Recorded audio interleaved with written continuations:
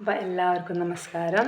ഇന്ന് ഞാനിവിടെ പറയാൻ ഉദ്ദേശിക്കുന്നത് ഹനുമാൻ ചാലീസയിലത്തെ 27, 28, 29, 30 ഈ 4 ലൈനിൻ്റെ അർത്ഥമാണ്. അപ്പോൾ നമുക്ക് ആദ്യം നമ്മൾ ശ്ലോകം വായിക്കാം. 27ാമത്തെ ശ്ലോകമാണ്.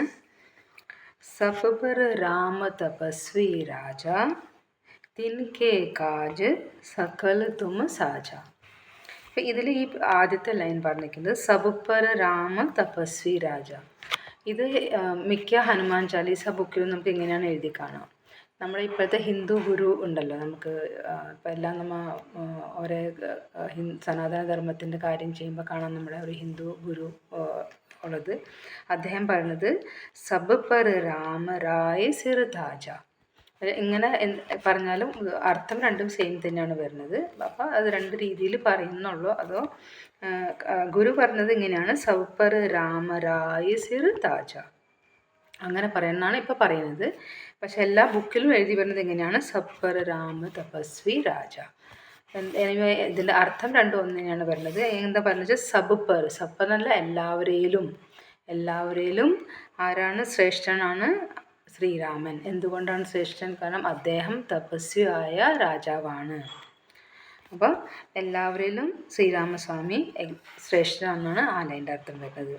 പിന്നെ തിനിക്കെ കാജ് സകൽ തും സാജ. തിനിക്കെ പറഞ്ഞാൽ അദ്ദേഹത്തിൻ്റെ, കാജ് എന്ന് വെച്ചാൽ കാര്യം, തിനിക്കെ കാജ് സകൽ എന്ന് വെച്ചാൽ എല്ലാതും, തും സാജ അങ്ങേക്ക്, അങ്ങനെ ഹനുമാൻ സ്വാമിക്ക് ചെയ്യാൻ ഇഷ്ടമാണ്. അപ്പോൾ അത്രയും ശ്രേഷ്ഠമായ ശ്രീരാമസ്വാമി ആയ രാജാവിൻ്റെ, തപസ്വിയായ രാജാവിൻ്റെ എല്ലാ കാര്യങ്ങളും ചെയ്യാനായിട്ട് എപ്പോഴും ഹനുമാൻ സ്വാമി തത്പരനായിട്ടിരിക്കും. അദ്ദേഹം അതിന് ഭയങ്കര ഉത്സാഹമാണ്, അതിനൊരിക്കലും ഒരു മടി കാണിക്കില്ല. അത്രയും ശ്രേഷ്ഠ രീതിയിൽ ഹനുമാൻ സ്വാമി ആ കാര്യം ചെയ്തിരിക്കും. ഇനി 28ാമത്തെ ശ്ലോകം. और मनोरथ जो कोई लावे सोई अमित जीवन फल पावे.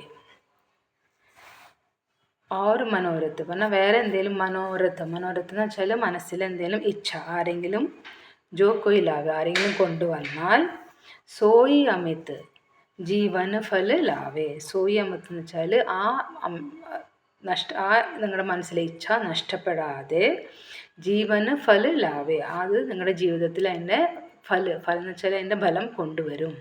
പക്ഷേ ഈ ഇച്ഛ എന്നിവിടെ ഉദ്ദേശിച്ചത്, നമ്മുടെ മനസ്സിലുള്ള ഇച്ഛ എന്ന് ഉദ്ദേശിച്ചത് നമുക്ക് കോടീശ്വരനാവണമെന്നോ അല്ലെങ്കിൽ നമുക്ക് അങ്ങനെ ആവണം ഇങ്ങനെ, അങ്ങനെ ഇച്ഛയല്ല. ധർമ്മത്തിൽ നിന്നുകൊണ്ടുള്ള നമ്മുടെ എന്താ പറയുക, നിസ്വാർത്ഥമായിട്ടുള്ള ഇച്ഛ, അങ്ങനത്തെ ഇച്ഛയായിരിക്കും. അത് ലോക കല്യാണത്തിന് വേണ്ടിയായിട്ടുള്ള ഇച്ഛയായിരിക്കും. അല്ലാണ്ട് സ്വന്തം വീട്ടിന് വേണ്ടിയിട്ടുള്ള, സ്വന്തം കാര്യത്തിന് വേണ്ടിയിട്ടുള്ള സ്വാർത്ഥമായ ഇച്ഛയല്ല ഇവിടെ ഉദ്ദേശിച്ചത്.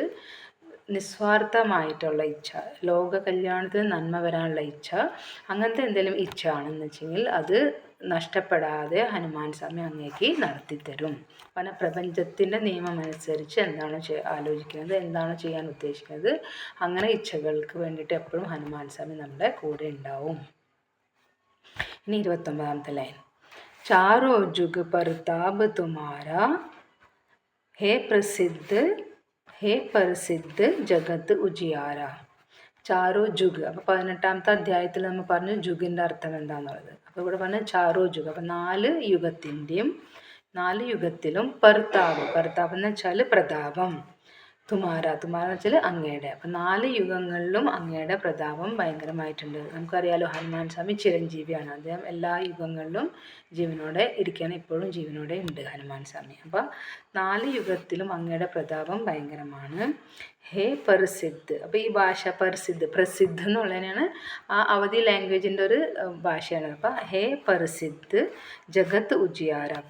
പ്രസിദ്ധ് എന്ന് വെച്ചാൽ പ്രസിദ്ധനാണ്, ജഗത്ത് എന്ന് വെച്ചാൽ ലോകത്തിൽ, ഉജിയാരനെ അങ്ങ് കീർത്തിമാനാണ്. അപ്പം 4 യുഗങ്ങളിലും അങ്ങ് കീർത്തിമാൻ ആണ് ആര്, ഹനുമാൻ സ്വാമി. ഇനി 30ാമത്തെ ശ്ലോകം. സാധു സന്ത് കേ തുമ രഖ്വാലേ അസുര നികന്ദന രാമദുലാരേ. സാധു സന്ത് എന്ന് വെച്ചാൽ നമ്മുടെ സന്യാസിമാർ, ഗുരുക്കന്മാർ, അങ്ങനത്തെ എന്തായാലും നിസ്വാർത്ഥമായിട്ട് ഈ പ്രപഞ്ചത്തിന് വേണ്ടി നിലകൊള്ളുന്ന ആൾക്കാർ, അവരെ നമ്മൾ സാധു സന്ത്, മഹർഷിമാർ, ഗുരുക്കന്മാർ. അപ്പോൾ ഇവരൊക്കെ രക്ഷകനാണ് അങ്ങ്. തും സാധു സന്ത് കെ തും എന്ന് വെച്ചാൽ ഹനുമാൻ സ്വാമി, രഖ്വാലെ എന്ന് വെച്ചാൽ രക്ഷകനാണ്. അസുർ നികന്ദന രാമദുലാരെ. സുർ എന്ന് വെച്ചാൽ ദേവന്മാർ, അസുർ എന്ന് വെച്ചാൽ രാക്ഷസന്മാർ. അപ്പോൾ രാക്ഷസന്മാരെ അങ്ങനത്തെ ബുദ്ധിയുള്ള, അങ്ങനത്തെ നിഷ്കൃഷ്ടമായ കാര്യങ്ങൾ ചെയ്യുന്ന ആൾക്കാരെ നികന്ധം ചെയ്യും. നികന്ധം വെച്ചാൽ ഇല്ലാണ്ടാക്കും. പക്ഷെ ബാക്കി നല്ല ആൾക്കാരെ രാമൻ്റെ ദുലാർ, ഇവനെ ശ്രീരാമനെ ഇഷ്ടപ്പെടുന്നവരെല്ലാവരും ഹനുമാൻ സ്വാമി എപ്പോഴും ബുദ്ധിമുട്ട് കൂടാതെ കൊണ്ട് നടക്കും. ആ ശ്രീരാമസ്വാമിയുടെ അനുഗ്രഹം അവർക്ക് എപ്പോഴും ഉണ്ടാവും. ഇതാണ് ഈ 4 ശ്ലോകങ്ങളുടെ അർത്ഥം. ഇത് മനസ്സിലായി കാണുമെന്ന് വിചാരിക്കുന്നു.